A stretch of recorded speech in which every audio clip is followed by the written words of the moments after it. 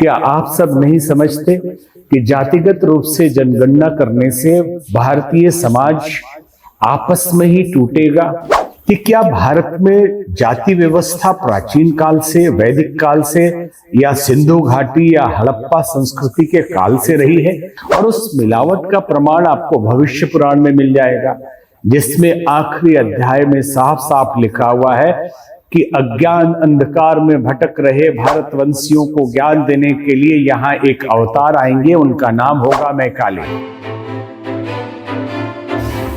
ओम। आत्मीय बंधुओं, भाइयों तथा बहनों, बहुत दिनों से एक सवाल मेरे मन में उठ रहा था कि क्या पूरे विश्व में जितनी मानव जाति है, यहां हमने मानव जाति शब्द प्रयोग किया है, वो मानव जाति है या भिन्न भिन्न जातियों के लोग हैं?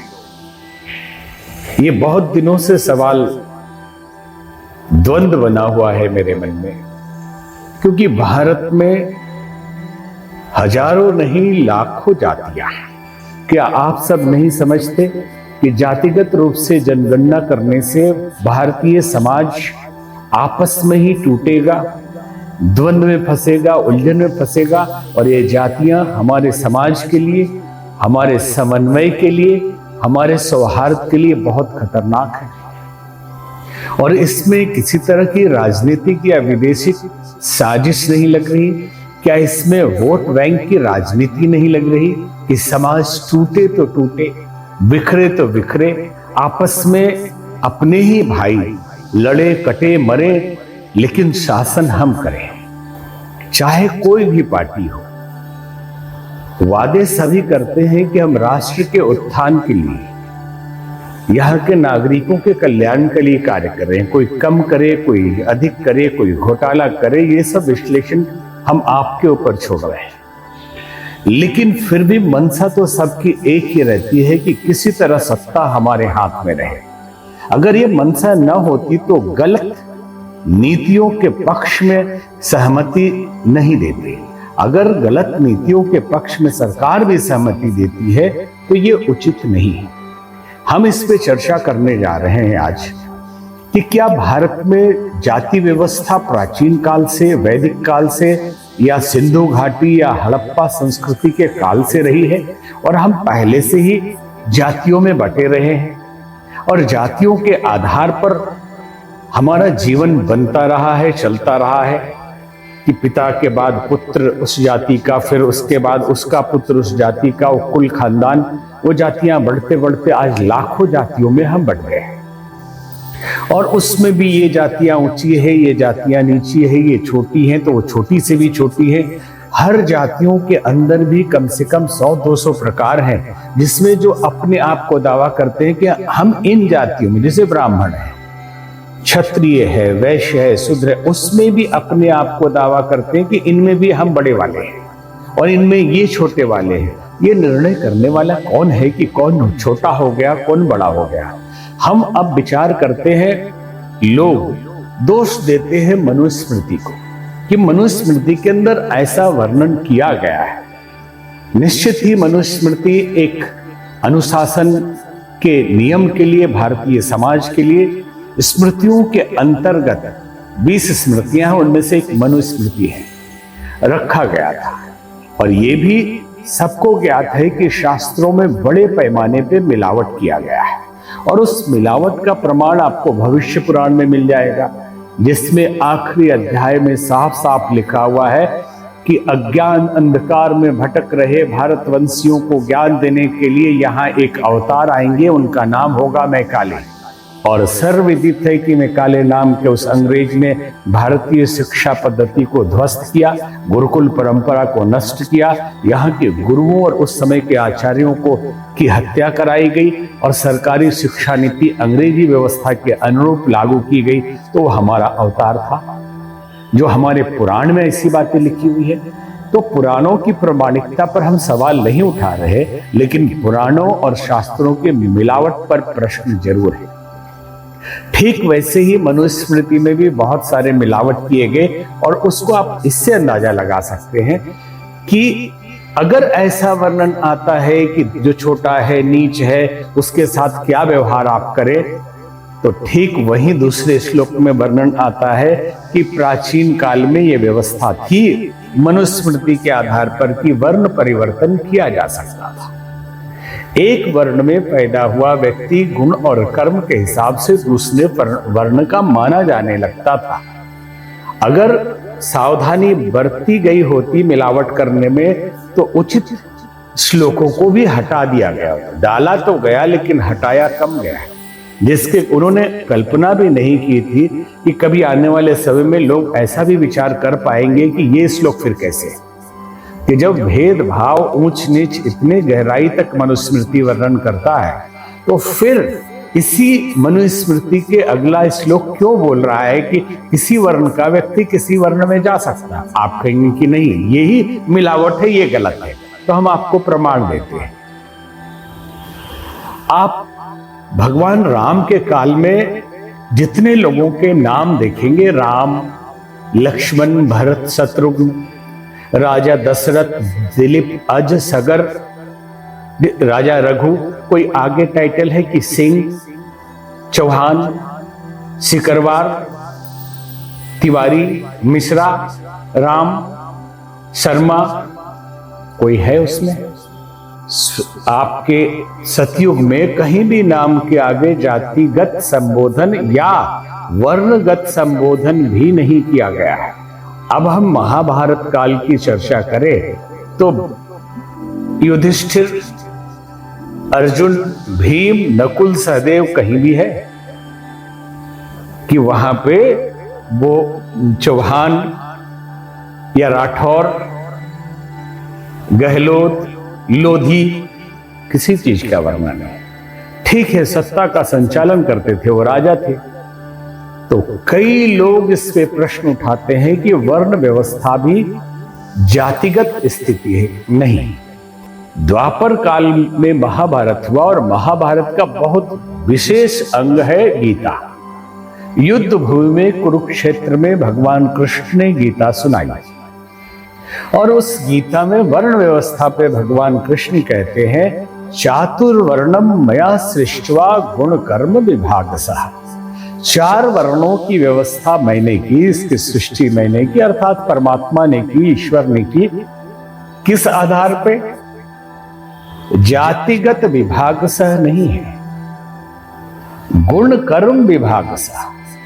ब्राह्मण का बेटा ब्राह्मण ही कहलाएगा जरूरी नहीं है। वो गुरुकुल में अध्ययन करे, तपस्या करे, ज्ञान अर्जन करे और उस लायक हो तो ब्राह्मण होगा। क्षत्रिय का बच्चा क्षत्रिय ही कहलाएगा। अगर गुण उसके अवगुणों से भरे हैं तो उचित नहीं है, वो संभव नहीं, क्योंकि ये श्लोक कह रहा है कि गुण कर्म विभाग सा। क्षत्रिय का बच्चा भी अगर वेद पढ़ता है, ज्ञानी है, तपस्वी है, तो वो ब्राह्मण है। और ब्राह्मण का बच्चा भी पराक्रमी है, शौर्यवान है, योद्धा है, सैनिक है, सेनापति है, तो क्षत्रिय है।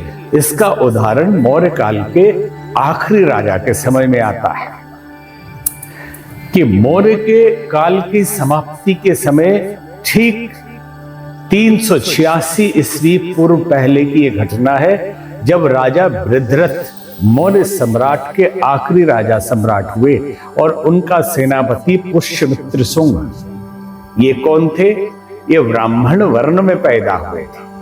यूं तो यहां स्वभाव से वर्ण तय होता है, लेकिन वो योद्धा थे तो क्षत्रिय थे, सेनापति थे उनके, और राज्य की व्यवस्था बिगड़ रही थी तो संभालने के लिए वो राजा बड़ा ही कमजोर था। राजा को हटाना पड़ा और स्वयं राजगद्दी पर पुष्यमित्र शुंग बैठा। तात्पर्य यह है कि ब्राह्मण राजा हो सकते थे, बड़े काल तक शासन किया।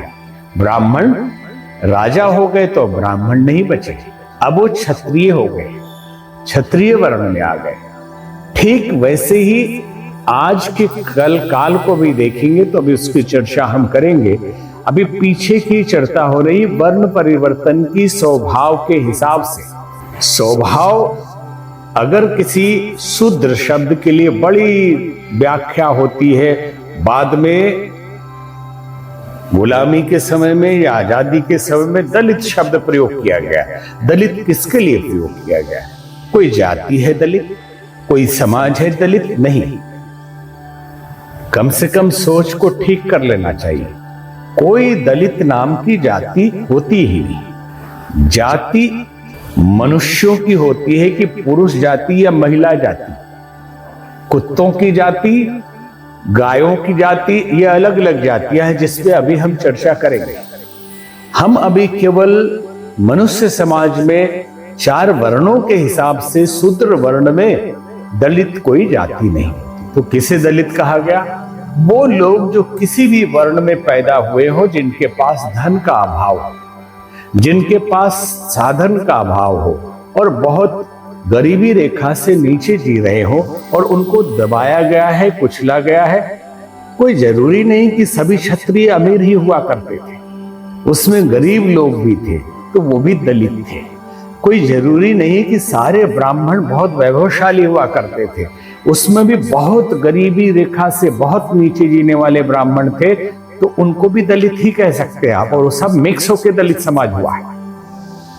आज भी आप जब कोई भगवान की कथा पढ़ते हैं तो आप क्या पढ़ते हैं, कभी ध्यान दिया या नहीं मालूम नहीं, एक गरीब ब्राह्मण था। किसी भी कथा में एक संपन्न ब्राह्मण था, ये तो हमने पढ़ा ही नहीं। एक गरीब शूद्र था, ये तो कहीं वर्णन नहीं आएगा। एक गरीब ब्राह्मण था, ये कथा जरूर आपको शुक्रवार की कथा पढ़िए या सोमवार की कथा पढ़िए या किसी कथा में पढ़िए, तो एक गरीब ब्राह्मण था बेचारा। तो गरीब किसी भी वर्ण में हो सकते हैं। गरीब वैश्य वर्ण में व्यापार नहीं है, व्यापार चल नहीं रहा है, खाने पे आफत है, तो ऐसे लोग जो समाज में सबसे पिछड़ गए थे उनको दलित शब्द कहा गया।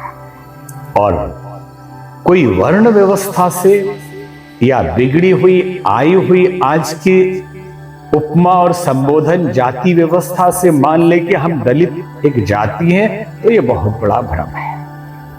क्योंकि अब हम चर्चा कर रहे हैं कि प्राचीन भारत में अलग अलग वर्णों से लोग अलग अलग वर्ण में कैसे जाते थे। हम उपनिषद से ही पहले चर्चा करते हैं। आप में से पता नहीं कितने लोग कितने उपनिषदों का नाम जानते हैं। 108 उपनिषद तो ऐसे माने जाते हैं, उनमें से एक उपनिषद है जाबाल दर्शन उपनिषद, जो बड़ा गूढ़ गंभीर योग विद्या उसमें दी गई है। अब इसके नाम से ही समझ लेंगे जाबाल दर्शन उपनिषद। जाबाल राइटर का नाम है, दर्शन अर्थात फिलॉसफी, और उपनिषद। तो ये जाबाल कौन है? उस जाबाल का नाम है सत्यकाम जाबाल। और वो किस वर्ण में पैदा हुए ये ऋषि? ये बहुत बड़े ऋषि है, संत है, ज्ञानी है, गुणी है, उपनिषद के रचयिता। किस वर्ण में पैदा हुए? आप सीधे सीधे कहेंगे कोई ब्राह्मण देवता पंडित जी होंगे, लेकिन आप समझ लीजिए कि जाबाली नाम की वैश्या के ये पुत्र थे, पिता का पता ही नहीं था।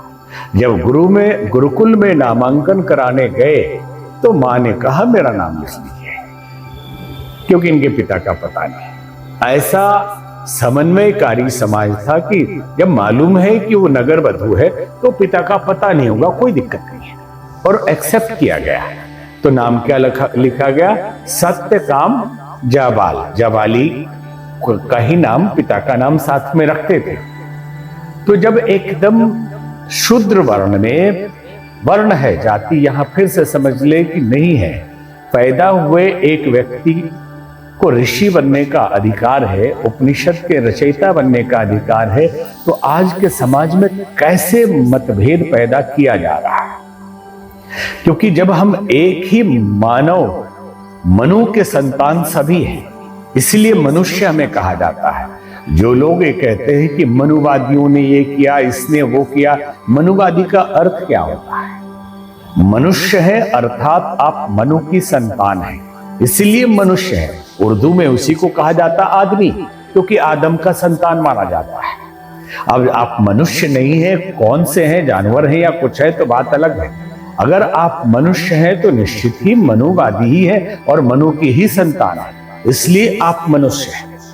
प्राचीन काल से आज तक बीच के कालों में भी अगर देखेंगे कैसे वर्ण बदलता रहा है। तो बहुत सारे राजा हुए हैं जो भूमिहार ब्राह्मण वर्ण से हुए। बिहार के आधे से ज्यादा स्टेट भूमिहार ब्राह्मण राजाओं के रहे। हथुआ स्टेट हो या गया और ऐसे डिस्ट्रिक्ट के आसपास के स्टेट हो, दरभंगा राजघराना बहुत बड़ा रहा है जो ब्राह्मण समाज के राजा हुए हैं। यहां बार बार संकेत हम ये करना चाहते हैं कि वर्ण बदला जा सकता था। एक वर्ण में पैदा हुआ उसका पुत्र भी उसी वर्ण में रहेगा, इसकी कोई गारंटी नहीं और जरूरी भी नहीं। और भी कुछ उदाहरण देखिए। इतिहास के सिरमौर अहिल्याबाई होलकर, जिन्होंने टूटे हुए सोमनाथ पर कितनी बार आक्रमण हुआ और सोमनाथ का निर्माण करवाया। काशी विश्वनाथ का निर्माण कराने का बड़ा श्रेय अहिल्याबाई होलकर को जाता है, जो इंदौर की महारानी थी। तो छत्राणी थी आप यही कहेंगे? हाँ, जरूर छत्राणी थी। कार्य के हिसाब से, व्यवहार के हिसाब से, गुणों के हिसाब से पैदा गरड़िया समाज में हुई थी। ऐसे ही अलग अलग आप एक अभी का उदाहरण दे, अगर लखनऊ आप में से कोई जाते हैं या रहते हैं, वहां एक किले की बाउंड्री आपको लाल रंग की दिखाई देगी, वो लिखा हुआ मिलेगा बिजली पासी किला। राजा बिजली पासी, पासी मतलब ताड़ी का काम करने वाले, से ताड़ी उतारने वाले। तो पासी भी राजा हो सकते, तो इसका मतलब वो पासी नहीं है। जब राजगद्दी पर बैठ गए तो वो क्षत्रिय है। हमारे यहां वर्णों की व्यवस्था थी गुण कर्म के आधार पर। जैसा गुण और कर्म होगा, आप ब्राह्मण भी हैं तो आप शूद्र वर्ण में जाते देर नहीं लगेगी। अगर आप क्षत्रिय भी हैं तो आप ब्राह्मण या शूद्र या वैश्य में जाते देर नहीं लगेगी। आप शूद्र में भी अगर पैदा होते हैं, जबकि शूद्र वर्ण अलग से नहीं माना जाता था, बाद में चातुर्वर्ण किया गया। उसके पहले 3 ही वर्ण थे और उसमें से चौथे को एडिशनल माना जाता था। तो शूद्र वर्ण में भी अगर पैदा हुए हैं और गुण आपका क्षत्रिय का है, अगर आप मिलिट्री में काम करते हैं, सिपाही हैं, तो आप क्षत्रिय हैं। अगर आप राजनीति में चले गए, आप चाहे वैश्य में पैदा हुए या अथवा आप ब्राह्मण में पैदा हुए, आप मंत्री जी हैं, आप राजा साहब हैं, आज के राजनीति के लिए भी हम कह रहे हैं, जितने मंत्री और नेता हैं ये सब क्षत्रिय हैं।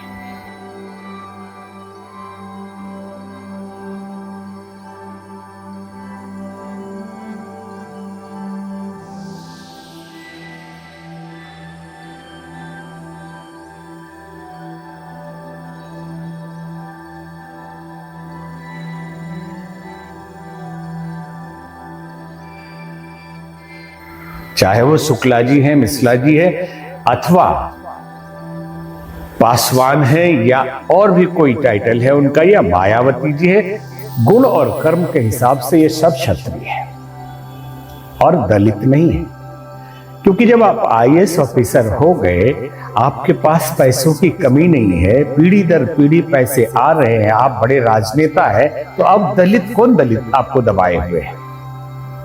जो आरक्षण की बातें की जाती है, हम इस पे अधिक चर्चा यहां नहीं करना चाहते, लेकिन केवल एक चिंतन छोड़ के जाएंगे इस पर कि विचार करिएगा। आरक्षण जरूरी था। जब समाज आजादी मिली भारत को, तो उस समय जो पिछड़ा समाज था, जिनको साधन कम मिल पाया था, उनको बराबरी पर लाने के लिए, लेकिन उन पिछड़े समाज में भी जो लोग ऊंचे उठ गए, जो मंत्री बन गए, जो डीएम बन गए, जो एसपी बन गए, जो बहुत बड़े बिजनेसमैन बन गए, अब उनको तो आरक्षण नहीं लेना चाहिए। फिर तो दलितों का हक छीन रहे हैं। और वो लोग जो गलती से ब्राह्मण में पैदा हो गए, क्षत्रिय में पैदा हो गए, वैश्य में पैदा हो गए और गरीब हैं, भीख मांग रहे हैं, जीने के लिए साधन नहीं, उनको कोई आरक्षण नहीं। तो इस समाज में हम आजाद देश में जी रहे हैं या कहीं किसी और दुनिया में जी रहे हैं, जहां समझ ही नहीं है कि समान नागरिकों को समान अधिकार मिलना चाहिए।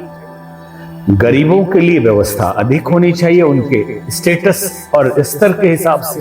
अशिक्षितों के लिए शिक्षा की उचित व्यवस्था होना चाहिए उसके स्टेटस के हिसाब से, या केवल जाति के हिसाब से इनको सब कुछ दे देना चाहिए और ये जाति इनकी अलग है, इनको कुछ नहीं मिलना चाहिए। ये सब विचारणीय प्रश्न है।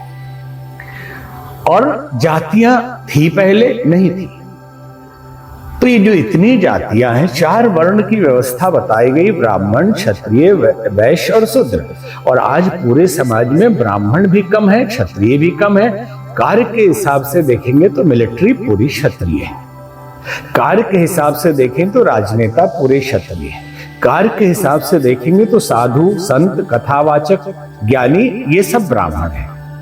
और कार्य के हिसाब से देखेंगे तो चौबे जी अगर बिजनेसमैन है तो वो भी व्यापारी है, सिंह साहब अगर बिजनेसमैन है तो वो भी व्यापारी है, और साहू जी, अग्रवाल जी अगर बिजनेसमैन है तो वो भी व्यापारी है। इसलिए आज के समाज में बहुत बड़ा वर्ग आपको व्यापारियों का ही मिलेगा। और ये जितने डीएम या सरकारी अधिकारी ये किस वर्ण में आते हैं? आप कहेंगे ये इसको किस वर्ण में रखेंगे? तो जितने सेवा के कार्य करते हैं ये शूद्र वर्ण में आते हैं, क्योंकि लोक सेवा आयोग का मतलब क्या है? सेवा करने वाले लोगों के लिए ये व्यवस्था है। तो सेवा बहुत सफाई के स्तर का हो, कार्य कोई छोटा बड़ा नहीं होता, कार्य कार्य है।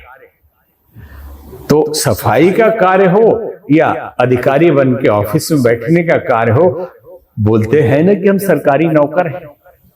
तो चाहे किसी भी वर्ण का व्यक्ति हो, क्षत्रिय हो, ब्राह्मण हो, वैश्य हो, अगर वो अधिकारी है, सेवा कार्य कर रहा है, तो निश्चित ही शूद्र वर्ण में ही आएगा। तो वर्णों की बात यहां की जा रही थी, और हमें यह समझ लेना चाहिए कि भारत में जातियां कभी भी नहीं थी। तो इतनी जातियां जो है वो क्या थी? जब जाति नहीं थी, वो उनके कार्य थे। हर वर्ण के लोग जिस विषय में गुणी होते थे, वो कारीगरी उनको आती थी, वो करने लगते थे, और उनके बच्चे फिर इधर उधर न जाकर वही कला सीख लेते थे। धीरे धीरे उनका एक नाम हो गया। जैसे मिट्टी के बर्तन बनाने की कला अगर ब्राह्मण के अंदर था, ब्राह्मण बोलना भी उचित नहीं लगेगा, क्षत्रिय बोलना भी उचित नहीं लगेगा, क्योंकि मनुष्य कहेंगे हम यहां।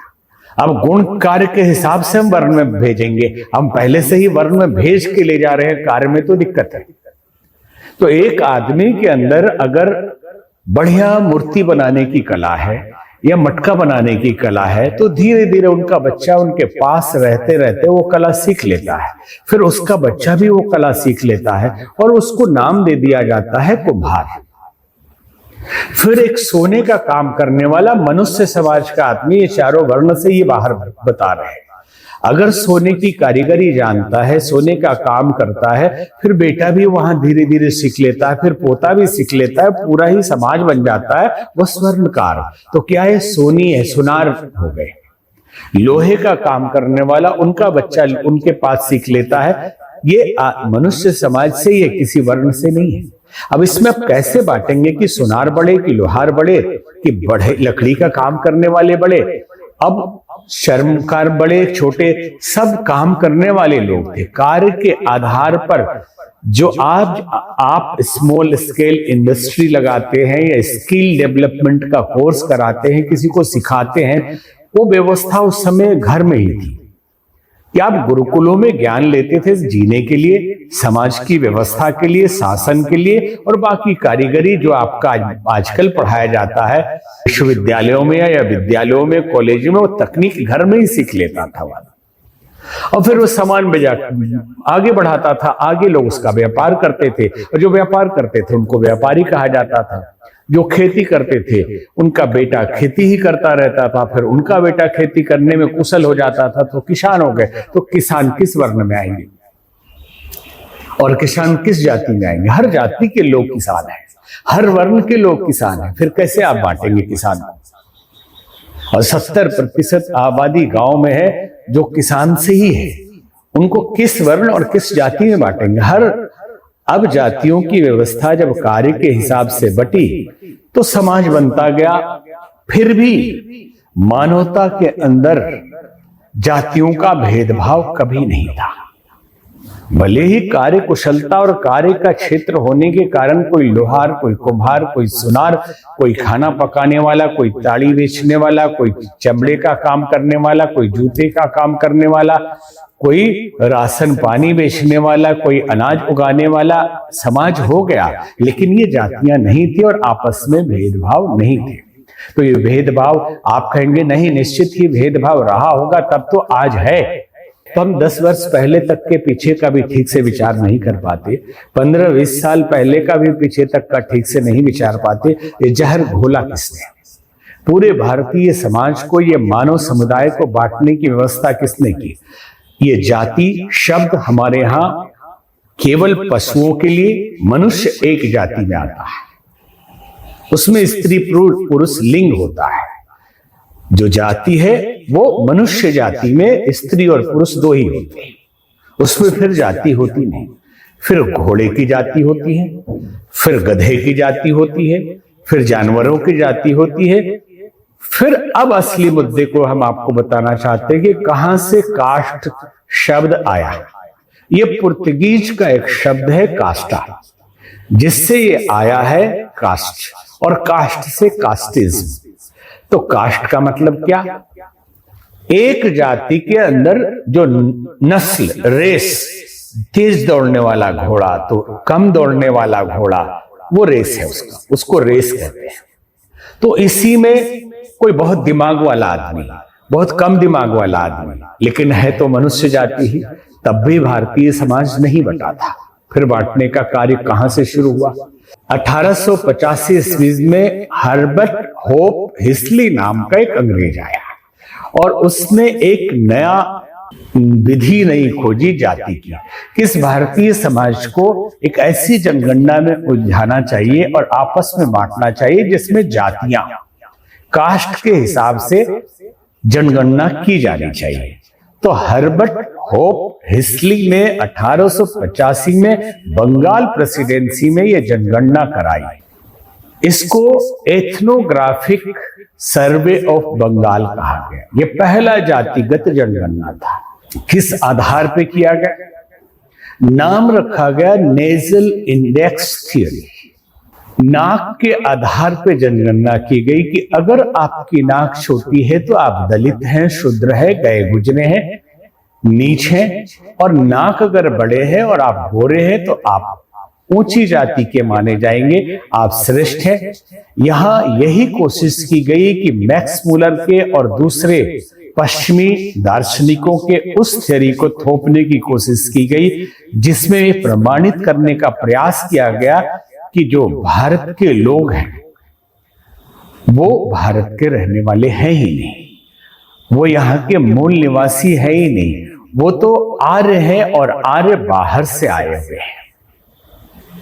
क्योंकि उनके नाक बड़े हैं और वो गोरे हैं तो यहाँ के हो नहीं सकते। जबकि आप सबको ये बात समझ लेना चाहिए गहराई से कि आर्य एक संस्कृत का शब्द है जो हमारे यहाँ प्राचीन काल से श्रेष्ठ व्यक्तियों के लिए आर्य शब्द प्रयोग किया जाता था।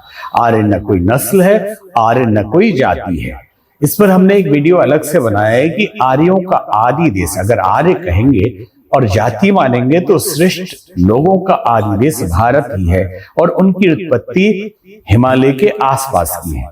लेकिन आजादी के पश्चात जितने भी मार्क्सवादी इतिहासकार हुए उन्होंने कोशिश की कि आर्यन इन्वेजन थ्योरी को भारत पे थोपा जाए, दिमाग में आने वाली पीढ़ियों को बसा दिया जाए कि आप यहाँ के निवासी है नहीं, बाहर से आए हैं। और आधार क्या था? मैक्स मुलर के एक ट्रांसलेशन, वेद के एक श्लोक का ट्रांसलेशन मैक्स मुलर ने किया, जिसमें ये ट्रांसलेशन किया, अनुवाद किया उन्होंने कि जिसकी नाक छोटी हो और सांवले लोग हो, नीच लोग है, ऐसा वेद कहता है, वेद की ऋषा कहती है। राजा का कर्तव्य है कि ऐसे लोगों को दंडित करे और उनको समाज से निकाल ले और प्रताड़ित करे। भीमराव अंबेडकर जी ने भी वही मैक्स मुलर की इंग्लिश वाली ट्रांसलेशन को पढ़ा, क्योंकि संस्कृत उनको अंबेडकर जी को नहीं पता थी, ट्रांसलेशन ही पढ़ा है। ट्रांसलेशन पढ़कर आप मौलिक भाव को नहीं समझ सकते। संस्कृत के शब्दों के अर्थ लगाना बहुत कठिन है अगर संस्कृत नहीं आती है। तो संस्कृत के उस श्लोक का अर्थ ये था कि जिनका स्वभाव घृणित है, जो घृणित कार्य समाज में करते हैं और नीच प्रवृत्ति के हैं, ऐसे लोगों को दंडित करना और समाज में प्रताड़ित करना राजा का कर्तव्य है, न कि छोटे नाक वालों का। ये नाक शब्द उसमें अर्थ में आता ही नहीं, और उन्होंने कोशिश की कि ये ही थोप दिया जाए, और इतना बड़ा भ्रम पैदा हुआ कि उसी के आधार पर नेजल इंडेक्स थियरी यहां पे थोपी गई। और आज पूरे समाज में राजनीतिक लाभ उठाने के लिए छुटभइये नेता, छोटे छोटे लोग जो अपना अपना गुट बनाकर अलग अलग जातियों का अपना संगठन बनाते हैं, एक पार्टी बनाते हैं, और पूरे समाज में विद्वेष पैदा करते हैं कि हम अलग हैं। लेकिन हमें समझना चाहिए कि मानव एक जाति है, मनुष्यता एक जाति है, और देश से, नेताओं से, और जो वर्तमान सरकार होती है उनसे, या है या आएगी, जिसकी भी आएगी, सबसे यही निवेदन है कि अगर देश आजाद है, अगर ये भारत आजाद हो गया है सचमुच, तो हमें वैचारिक गुलामी से भी बाहर आना चाहिए, और ये जातियों के कहर को, जातियों के जहर को समाप्त करना चाहिए, और पूरे कम से कम मानवता को न समझ पाए तो पूरे भारतवासी तो एक हो जाना चाहिए। तथाकथित बोले जाने वाले हर जाति, हर संप्रदाय को एक मानव समुदाय में कम से कम भारतीय नागरिक के रूप में तो समझा जाना चाहिए। तो अगर समझा जाना चाहिए तो सरकारों को हम क्यों बोल रहे हैं? इसलिए बोल रहे हैं कि फिर उनके शिक्षा की व्यवस्था भी एक की जानी चाहिए, उनके जीवन स्तर को भी एक किया जाना चाहिए, उनके लिए कानून व्यवस्था भी एक की जानी चाहिए, और कोशिश होनी चाहिए कि समस्त नागरिकों के लिए एक ही आचार संहिता हो, और कानून भी एक ही हो, व्यवस्था भी एक ही हो। और जब तक अलग अलग जातियों के लिए, अलग अलग वर्गों के लिए हम नियम अलग अलग बनाते जाएंगे, समाज में विद्वेष फैलता जाएगा।